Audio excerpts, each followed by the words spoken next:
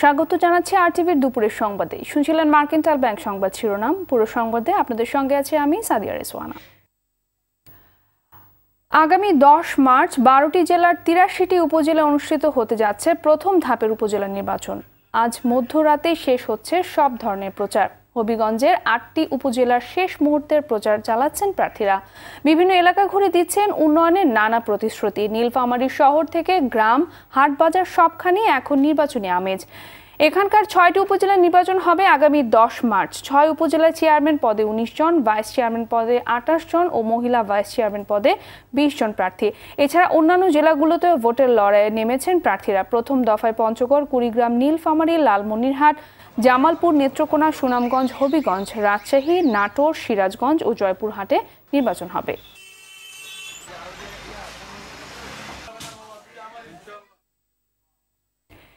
এবারের উপজেলা পরিষদ নির্বাচনে বিএনপি অংশ না নিলেও নির্বাচনকে অংশগ্রহণমূলক করতে মাঠে নেমেছেন আওয়ামী লীগ ও দলের বিদ্রোহীরা। যাচ্ছেন ভোটারদের দ্বারে দ্বারে, দিচ্ছেন উন্নয়নের নানা প্রতিশ্রুতি। তবে সৎ যোগ্য ব্যক্তিকেই পরিষদে যান ভোটাররা। জেলা প্রতিনিধিদের পাঠানো তথ্যচিত্রে জানাচ্ছেন মাসুদ মোস্তাহিদ। প্রথম ধাপে উপজেলা পরিষদ নির্বাচনকে ঘিরে ব্যস্ত সময় পার করছে প্রার্থীরা। 10 উপজেলার মধ্যে এবার 9টিতে ভোটযুদ্ধ হবে। ইতিমধ্যে নেত্রকোনা সদর ও কেন্দুয়া উপজেলা পরিষদে চেয়ারম্যান পদে আওয়ামী লীগের প্রার্থী বিনা প্রতিদ্বন্দ্বিতায় নির্বাচিত হয়েছেন। আর বিএনপি নির্বাচনে না আসায় মাঠ চাঙ্গা রাখছেন আওয়ামী লীগের বিদ্রোহী প্রার্থীরা। অর্থবহ করার জন্য নির্বাচনটা প্রতিযোগিতামূলক হওয়ার জন্য আমি স্বতন্ত্র প্রার্থী হয়েছি এবং সবার জন্য যেন সমান অধিকার থাকে। আজকের এই সবাই যেন সামনে নির্বাচনটা সুস্থ ও সুন্দরভাবে হয়, এটাই আমি আশা ব্যক্ত করি। পরিবর্তন চাই এবং সেই পরিবর্তনের লক্ষ্যে আমি কাজ করছি। আমার জয়ের ব্যাপারে আসলে অনেক বেশি আশাবাদী। জামালপুরের বকশীগঞ্জেও জমে উঠেছে উপজেলা পরিষদ নির্বাচন। ভারতীয় সীমান্তবর্তী এই উপজেলায় এবার চেয়ারম্যান পদে 3 জন, ভাইস চেয়ারম্যান পুরুষ পদে 8 জন, মহিলা 3 জন প্রতিদ্বন্দ্বিতা করছেন। এই উপজেলাকে একটি মডেল উপজেলা রূপান্তরিত করে বকশীগঞ্জের মানুষের ভাগ্য উন্নয়নে আমরা ইনশাল্লাহ কাজ করব সবাই মিলে। বকশীগঞ্জের মানুষের পক্ষে দাবি জানিয়ে আসছি। পাশাপাশি রাস্তাঘাট, খেলাধুলার মান উন্নয়ন, শিক্ষা প্রতিষ্ঠান, স্বাস্থ্য হাসপাতাল, সাংস্কৃতিক এবং বিনোদন কেন্দ্রগুলোর উন্নয়নের জন্য কথা বলেছি। যদি বকশীগঞ্জবাসী আমাকে তাদের সুচিন্তিত রায় দেয়, সেক্ষেত্রে আমি এই বকশীগঞ্জকে একটি দুর্নীতিমুক্ত, মাদকমুক্ত নারী উন্নয়ন ফোরাম নিয়ে আমি নারীদের অনেক কাজ করেছি, বাল্য বিবাহ বন্ধ করেছি। নাটোরেও চলছে শেষ সময়ের প্রচারণা। কার ভাগে কত ভোট যাচ্ছে, কে হতে যাচ্ছেন স্থানীয় প্রতিনিধি, সে হিসাব নিয়ে ব্যস্ত প্রার্থীরা। যদিও সিংড়া উপজেলায় নৌকা প্রতীকের অফিস দখল ও পোস্টার ছিঁড়ে ফেলার অভিযোগ উঠেছে। এই জনস্রোতে আতঙ্কিত হয়ে আমার পোস্টার ছেঁড়া এবং বঙ্গবন্ধু শেখ হাসিনা সহ আমার অফিস যেগুলো ছিল 2-1টা অফিস তারা দখল করেছে। একটা অদৃশ্য বড় শক্তির ইন্ধনে এগুলো করছে। তবে ভোটাররা বলছেন সৎ ও যোগ্য প্রার্থীকেই তারা বেছে নেবেন 10 মার্চের ভোট যুদ্ধে। মাসুদ মুস্তাহিদ, আরটিভি। ঢাকা সদরঘাটে একটি লঞ্চের ধাক্কায় নৌকা ডুবে একই পরিবারের 6 জন নিখোঁজের ঘটনায় চলছে তল্লাশি। সকালে এক নারীর মরদেহ উদ্ধার করা হয়েছে। নিখোঁজদের উদ্ধারে চেষ্টা চালিয়ে যাচ্ছে ফায়ার সার্ভিসের ডুবুরি, নৌবাহিনীর ডুবুরি, পুলিশ ও বিআইডব্লিউটি এর সদস্যরা। প্রত্যক্ষদর্শীরা জানান, গতকাল সদরঘাটের কাছাকাছি পৌঁছলে সুরভি 7 নামের একটি লঞ্চ নৌকাটিকে ধাক্কা দেয়। এই সময় লঞ্চের পেছনে থাকা পাখার আঘাতে শাহজালালের 2 পা বিচ্ছিন্ন হয়ে যায় এবং নৌকাটি ডুবে যায়। পাশেই থাকা নৌ পুলিশের একটি টহল টিম শাহজালালকে উদ্ধার করে মিটফোর্ড হাসপাতালে প্রাথমিক চিকিৎসা দিয়ে তাকে পঙ্গু হাসপাতালে পাঠাতে পারলেও অন্যান্যরা সবাই পানিতে তলিয়ে যায়। নিখোঁজ হওয়া পরিবারটির লঞ্চে করে শরীয়তপুর যাওয়ার কথা ছিল।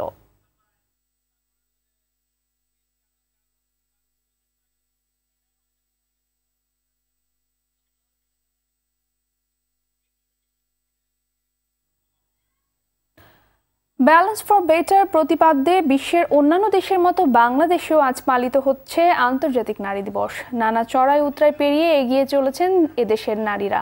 সংসারের দায়িত্ব সামলানোর পাশাপাশি পালন করছেন দেশ রক্ষার দায়িত্ব। সাফল্যের স্বাক্ষর রেখেছেন সব জায়গায়। প্রতিনিধিদের পাঠানো তথ্যচিত্রে তাদেরই কয়েকজনের কথা জানাচ্ছেন নুসরাত জাহান সিনথি। শৈশব, কৈশোর আর বয়সন্ধির মধ্য দিয়ে শুরু হয় নারীর জীবনযুদ্ধ। যুগে যুগে যারা নিজেদের অদম্য সাহস, চেষ্টা, শ্রম দিয়ে নীরব বিপ্লব ঘটিয়েছেন, কেউ বা আবার বন্ধুর পথ পাড়ি দিয়ে পৌঁছেছেন অভীষ্ট লক্ষ্যে। নিজেকে এগিয়ে নেয়ার ভেলায় পিছিয়ে পড়েনি সুদূর পল্লী বালিকা থেকে শুরু করে পাহাড়ের ভাজে ভাজে দুর্গম জীবনযাপন করা নারীরাও। পার্বত্য এলাকায় পিতৃসম্পত্তি থেকে বঞ্চিত হয়েও পুরুষদের পেছনে ফেলে নিজ কর্মস্পৃহায় এগিয়ে যাচ্ছেন তারা। নারীরা সমাজের একটা অবিচ্ছেদ্য অংশ, সেহেতু নারীরা যদি এগিয়ে যায় তখনই দেশ এগিয়ে যাবে। আমি একজন নারী উদ্যোক্তা, সংসারের কাজের ফাঁকে ফাঁকে ঘরে বসে নিজস্ব শিল্প ডিজাইনের ব্লক বাতিকের কাজ শুরু করি এবং হাজার হাজার জনপ্রিয়তা অর্জন করি। যদি আমরা সুযোগ সুবিধা পাই তাহলে আমরা নারীরা আরো ভালোভাবে কাজ করতে পারবো। ব্যবসা বাণিজ্য, প্রশাসনিক দপ্তরের পাশাপাশি নারীরা দাপিয়ে বেড়াচ্ছেন রণাঙ্গনেও। পরিবারের দায়িত্ব সুচারুভাবে পালনের পরও যে তারা দেশ রক্ষার ভারী দায়িত্ব নিজেদের শক্ত কাঁধে নিতে পারেন তার প্রমাণ মেলে 2016 সালে 97 জন নারী সদস্যকে বিজিবিতে অন্তর্ভুক্ত করার মাধ্যমে। পণ্যবাহী ট্রাকগুলো আমরা রেজিস্টারে লিপিবদ্ধ করি এবং নিরাপত্তা তল্লাশি সম্পন্ন করি।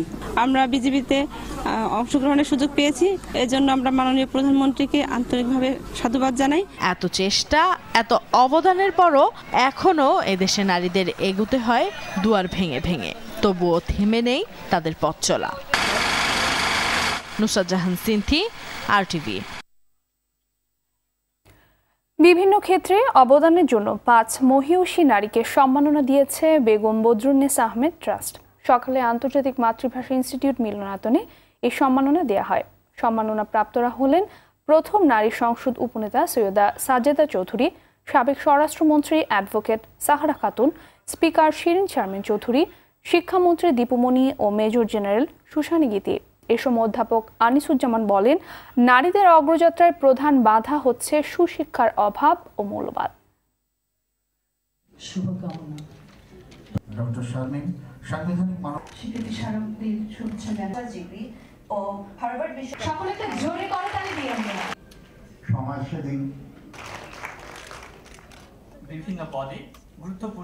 সবচেয়ে উল্লেখযোগ্য ঘটনা নারীর অগ্রগতি। সেইখানে যারা মনে করেন যে নারীর স্থান গৃহকোণে, তাদের সঙ্গে তো যুদ্ধ এখনো বাকি রয়ে গেছে। এই যুদ্ধে আমাদের অগ্রসর হতে হবে। আমি আশা করি আজকে যারা সম্মাননা লাভ করলেন তাদের দৃষ্টান্ত, যেমন আমাদের ঘোষিকা বলল, অন্য নারীর জন্য অনুপ্রেরণামূলক হবে।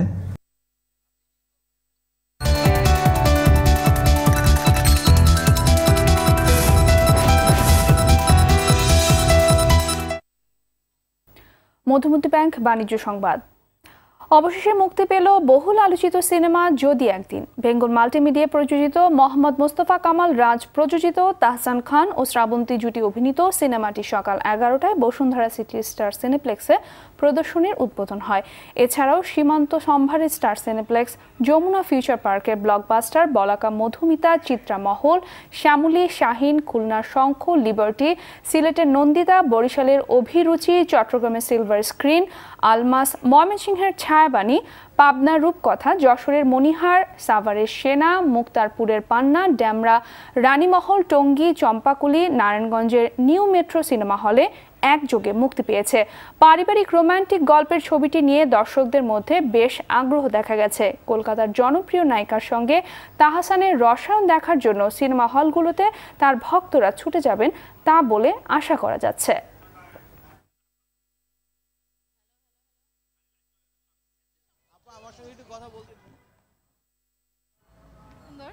তো তাকে তো আমার ভালো লাগে। দর্শক, এই মুহূর্তে রাজধানী বসুন্ধরা স্টার সিনেপ্লেক্সে আছেন সহকর্মী আতিকা রহমান, সরাসরি যোগ দিচ্ছেন তিনি। আতিকা, দর্শক সমাগম কেমন দেখছেন সিনেমা হলে এবং সিনেমা দেখে তাদের প্রতিক্রিয়া কি? এই মাত্র যদি একদিনের যে উদ্বোধনী শো এটি শেষ হলো এবং আমরা দর্শক মানে বেরিয়ে আসছে আস্তে আস্তে আমরা দেখছি এবং আমরা কথা বলবো দুই একজনের সঙ্গে। এই মুহূর্তে আমরা দেখতে পাচ্ছি আমাদের জনপ্রিয় উপস্থাপিকা শারমিন লাকি বেরিয়ে আসলেন সিনেমাটি দেখে। আপা, কেমন লাগলো সিনেমাটি? সিনেমাটা ভালো লেগেছে, মানে সবাইকে নিয়ে হলে এসে দেখার মতো পরিচ্ছন্ন একটা ছবি, বেশ ভালো লেগেছে। আর তাহসানকে নতুন করে পেলাম, মানে নায়ক তাহসান, ভীষণ ভালো লেগেছে। ধন্যবাদ। আপনি শুনলেন যে সিনেমা দেখে প্রতিক্রিয়া জানান জনপ্রিয় উপস্থাপিকা শারমিন লাকি এবং আমরা যেটা দেখছি আরো অনেক দর্শক বের হয়ে আসছেন, তারা কিন্তু সবাই সিনেমার প্রশংসা করছেন। বিশেষ করে কলকাতার যে অভিনেত্রী রয়েছেন শ্রাবন্তী, তার অভিনয়ের প্রশংসা করেছেন। তার অনেক দর্শক কিন্তু বাংলাদেশে রয়েছে। এছাড়া সঙ্গীত শিল্পী এবং অভিনেতা তাহসান, তার অভিনয়ের প্রশংসাও কিন্তু অনেক দর্শক করেছেন এবং তারা বলেছেন যে ভালো লেগেছে তাদের এবং সিনেমাটা দেখে তাদের প্রতিক্রিয়া জানাচ্ছেন। একজন দর্শকের সাথেও কথা বলবো আমরা। ওই ফ্রেন্ড, আমার নামটা মনে নেই, নতুন মনে হয়নি, মানে এত সুন্দর অভিনয়, অনেকদিন পর বাংলা ছবি দেখে কান্না করলাম। মানে খুবই সুন্দর একটা ছবি বানাইছে, আপনারা সবাই একবার হলেও দেখেন। ফ্রেন্ডদের মধ্যে মানে একটা সুন্দর রিলেশন কিভাবে মেনটেন করতে হয়, এখান থেকে শেখার অনেক কিছু আছে। এক্সিলেন্ট। আমরা আরো একজন পরিচালক এবং অভিনেতা তাদের সাথে কথা বলবো, জানতে চাইবো সিনেমাটি কেমন লাগলো, কেমন দেখলেন সিনেমা? প্রথমত আমি একটু দেরি করে ফেলেছি, কিছুক্ষণ মিস করেছি, বাট 90% দেখেছি যতটুকু, এবং আমার সাথে আমার ছেলেও ছিল। তো আমার মনে খুব সুন্দর একটা ফ্যামিলি নিয়ে এনজয় করার মতো একটা মুভি, এবং তাসকিন এবং তাহসান দুজনেই they really acted so nice. এবং ইমোশন বলতে বাচ্চাদের ইমোশন, যেহেতু আমার মনে হয় বাচ্চারাও অনেক মজা পাবে, আর বড়দের ব্যাপার তো আছেই যে কিছু রোমান্টিক, এবং বাচ্চারা দুজন একসাথেই আমার মনে হয় এটা এনজয় করতে পারবে। ধন্যবাদ। আমরা দর্শকদের প্রতিক্রিয়া শুনছিলাম এবং আমরা আরো দেখছি যে অনেক দর্শকই বেরিয়ে আসছেন সিনেমাটি দেখে। আমরা এই মুহূর্তে দেখছি যে আমাদের চলচ্চিত্র পরিচালক অনিমেষ আয়েচ উনি বের হয়ে আসছেন, তার কাছে একটু জানতে চাইবো। আমরা একটু সরাসরি দর্শকদের জানাতে চাচ্ছি আমাদের নিউজে যে আপনার কেমন লাগলো সিনেমাটি, যদি একটু বলেন। সিনেমাটা ভালোই লাগলো, দেখলাম, ভালো সুন্দর পারিবারিক গল্প, সামাজিক গল্প, এবং তাহসান ভালো অভিনয় করার চেষ্টা করেছে। এবং প্রথম হাফটা একটু বোরিং লাগে, কিন্তু কিছুটা অংশ, কিন্তু সেকেন্ড হাফ এন্টারটেইনিং। আমি দর্শকদের বলবো হলে এসে দেখবার জন্য, উপভোগ্য ছবি, মজার ছবি। দর্শকদের আসার অনেক সম্ভাবনা আছে, কারণ এটি এ ধরনের পারিবারিক গল্প দর্শকরা খুব পছন্দ করে, খুবই জীবনের ভেতরকার গল্প। সুতরাং আমি মনে করি দর্শকরা আসবে এবং ছবিটা সম্ভাবনা হয় ছবি। জি, ধন্যবাদ। আপনি চলচ্চিত্র পরিচালক অনিমেষ আয়েচের কাছে শুনলেন যে এই চলচ্চিত্র নিয়ে তার অনুভূতির কথা এবং তিনি মন্তব্য জানালেন। এরপরে আমরা পরবর্তীতে আরো দর্শকদের জানিয়ে দিব যে সিনেমাটি দেখে দর্শকদের অনুভূতি কি এবং কতটা ভালো লাগলো, কতটা মন্দ লাগলো, কি ধরনের অনুভূতি তারা আমরা যে জানতে পারবো। আতিকা, আপনাকে ধন্যবাদ। দর্শক, বসুন্ধরা স্টার সিনেপ্লেক্স থেকে সরাসরি জানাচ্ছিলেন সহকর্মী আতিকা রহমান। নারী দিবস উপলক্ষে খালেদা জিয়ার মুক্তি এবং সুচিকিৎসার দাবি জানিয়েছে বিএনপি। নারী সুরক্ষা নিশ্চিত করতে হলে আগে তার অধিকার ফিরিয়ে দিতে হবে বলে মনে করেন মির্জা ফখরুল ইসলাম আলমগীর। পরে সাংবাদিকদের প্রশ্নের জবাবে বলেছেন, সুলতান মনসুর শপথ নিয়ে জাতির সঙ্গে প্রতারণা করেছে। বিএনপি সংসদে যোগ না দেওয়ার সিদ্ধান্তে অনড় বলেও জানান তিনি। মাদুর রহমান রুবেলের রিপোর্ট। আন্তর্জাতিক নারী দিবস উপলক্ষে জাতীয় প্রেস ক্লাবের সামনে এই মানববন্ধনের আয়োজন করে জাতীয়তাবাদী মহিলা দল। অনুষ্ঠানে দলটির মহাসচিব মির্জা ফখরুল ইসলাম আলমগীর বলেন, দেশের প্রথম নারী প্রধানমন্ত্রীকে অন্যায়ভাবে কারাগারে আটকে রেখেছে সরকার। অভিযোগ করেন, মুখে নারীর সুরক্ষার কথা বললেও নারীর অধিকার সবচেয়ে বেশি হরণ করেছে বর্তমান সরকার। এই দেশে সর্বপ্রথম নারী প্রধানমন্ত্রী, আজকে দেশনেত্রী বেগম খালেদা জিয়াকে সম্পূর্ণ মিথ্যা মামলায় শুধুমাত্র রাজনৈতিক প্রতিহিংসার কারণেই তাকে কারাগারে আটক করে রাখা হয়েছে। আমরা অবিলম্বে তার মুক্তি চাই এবং দেশে গণতন্ত্র প্রতিষ্ঠার জন্য একটি নির্বাচন নিরপেক্ষ সরকারের অধীনে, নিরপেক্ষ নির্বাচন কমিশন অধীনে চাই। পরে সাংবাদিকদের এক প্রশ্নের জবাবে মির্জা ফখরুল বলেন, দল এবং ফ্রন্টের সিদ্ধান্ত উপেক্ষা করে নীতি নৈতিকতার জলাঞ্জলি দিয়েছে সুলতান মনসুর। মনসুর সাহেব তার নিজেকে জনগণের সামনে অত্যন্ত ছোট করে ফেলেছেন, ক্ষুদ্র করে ফেলেছেন, এবং সেই ক্ষেত্রে আজকে জনগণের সঙ্গে প্রতারণা করে তিনি একটি দখলদারি সরকারের সম্পূর্ণ জনগণের প্রতিনিধিত্ব ছাড়া যে পার্লামেন্ট, সেই পার্লামেন্টে যোগ দিয়ে তিনি নিজেকে শুধু ক্ষুদ্রই করেননি, সেই সঙ্গে জনগণের সঙ্গে প্রতারণাও করেছে। সুলতান মনসুর যোগ দিলেও সংসদে যোগ দেবে না বিএনপি, এতে ঐক্যফ্রন্টের কোনো ক্ষতি হবে না বলেও মনে করেন বিএনপির এই মুখপাত্র। চিন্তাভাবনাগুলো শুধু গুজব, সেটা দুর্ভাগ্যজনকভাবে। মাইদুর রহমান রুবেল, আরটিভি, ঢাকা। নির্বাচন বর্জনে রাজনীতি পরিহার করে সুস্থ রাজনীতির ধারায় ফিরে আসতে বিএনপি নেতাদের আহ্বান জানিয়েছেন আওয়ামী লীগের সভাপতি মণ্ডলীর সদস্য মোহাম্মদ নাসিম। সকালে বঙ্গবন্ধু এভিনিউ দলের কেন্দ্রীয় কার্যালয়ে দলের 14 দলের সভা শেষে আহ্বান জানান জোটের সমন্বয়ক। এদিকে সোহরাওয়ার্দী উদ্যানে ইউনাইটেড ইসলামী পার্টির প্রতিষ্ঠাবার্ষিকী অনুষ্ঠানে তথ্যমন্ত্রী হাসান মাহমুদ অভিযোগ করেছেন, বিএনপি জামায়াত অতীতের মতোই জনগণকে বিভ্রান্ত করছে। তাদের বিরুদ্ধে সবাইকে সচেষ্ট থাকারও আহ্বান জানান তিনি। যারা মানুষের উপর পেট্রোল বোমা মারে এরা কারা? এরা হচ্ছে বিএনপি জামাত। এরা হিংস্র পশুর চেয়েও খারাপ, সুতরাং এদের সম্পর্কে সতর্ক থাকতে হবে।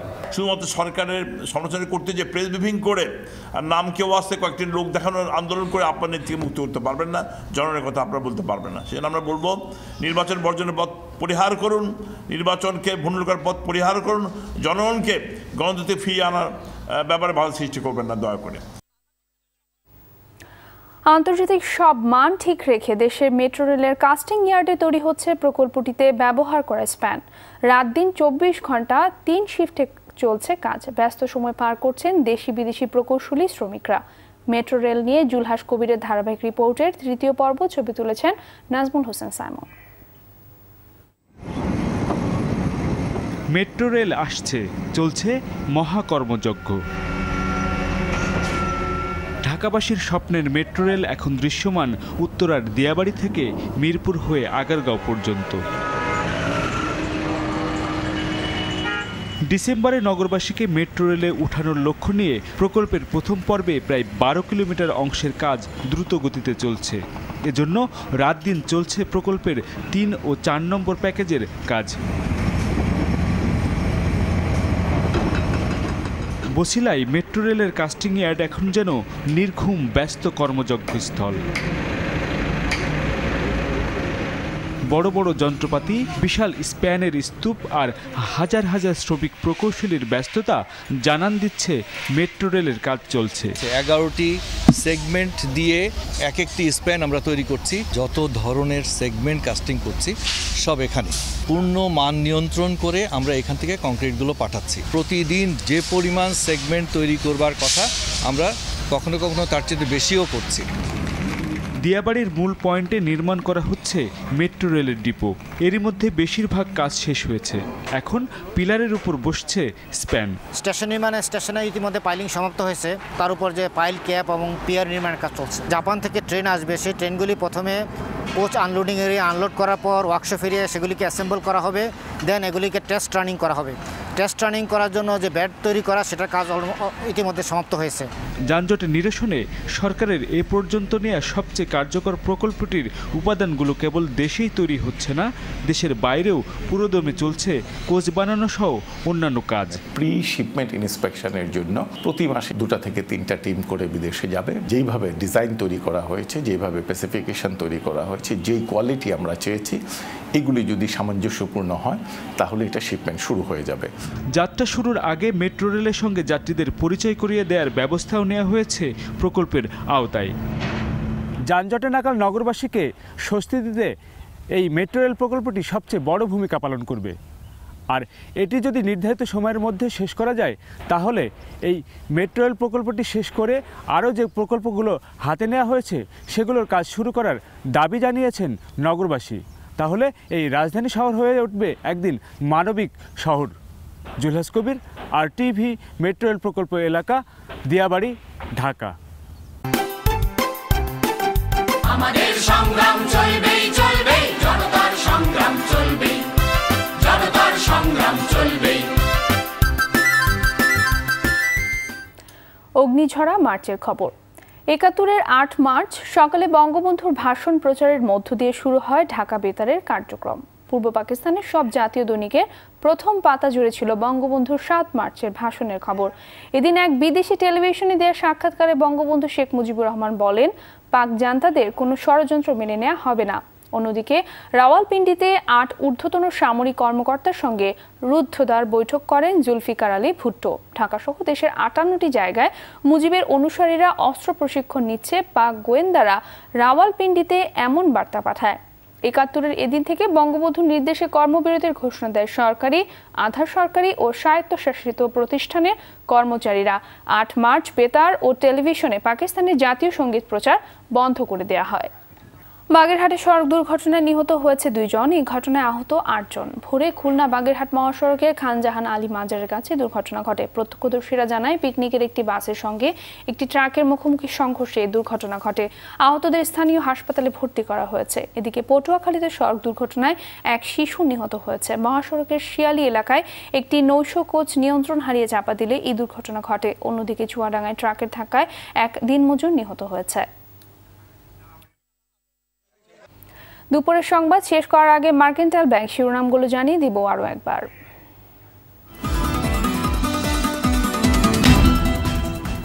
রাতে শেষ হচ্ছে পঞ্চম উপজেলা পরিষদের প্রথম ধাপের প্রচার। Vote 10 March. সৎ যোগ্য ব্যক্তিদের বেছে নিতে চান ভোটাররা। সদরঘাটে লঞ্চের ধাক্কা নৌকা ডুবে 6 জন নিখোঁজের ঘটনায় চলছে তল্লাশি, এক নারীর মরদেহ উদ্ধার। নানা আয়োজনে পালিত হচ্ছে আন্তর্জাতিক নারী দিবস। চড়াই উতরাই পেরিয়ে এগিয়ে সাফল্য ধারায় অনেকে। এবং মেট্রো রেলের কাস্টিং ইয়ার্ডে তৈরি হচ্ছে প্রকল্পের ব্যবহার করে স্প্যান। রাত দিন চলছে কাজ, ব্যস্ত সময় পার করছেন প্রকৌশলী শ্রমিকরা। দুপুরের সংবাদ এই পর্যন্তই। RTV সবশেষ সংবাদ জানতে যে কোনো মোবাইল ফোন থেকে 2414 নম্বরে ডায়াল করুন। আর মোবাইল ফোনের সংবাদ দেখতে অ্যাপ স্টোর, গুগল প্লে বা উইন্ডোজ স্টোর থেকে ডাউনলোড করুন RTV অ্যাপস। এছাড়াও তাৎক্ষণিক ও বিনোদন সংবাদ জানতে বিশ্বের যে কোনো প্রান্ত থেকে ভিজিট করুন facebook.com/RTV online এবং youtube.com/RTV Digital। ধন্যবাদ সবাইকে।